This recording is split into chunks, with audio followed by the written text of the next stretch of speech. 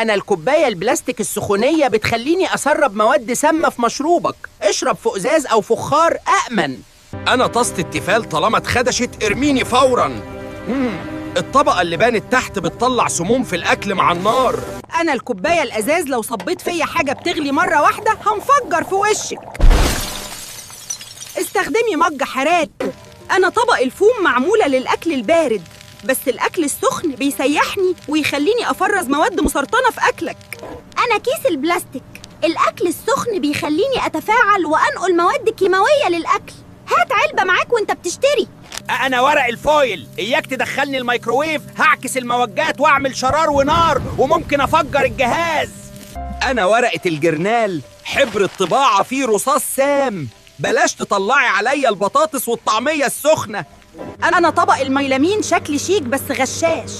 لو دخلت الميكروويف هطلع مواد سامة في أكلك. أنا للبارد بس.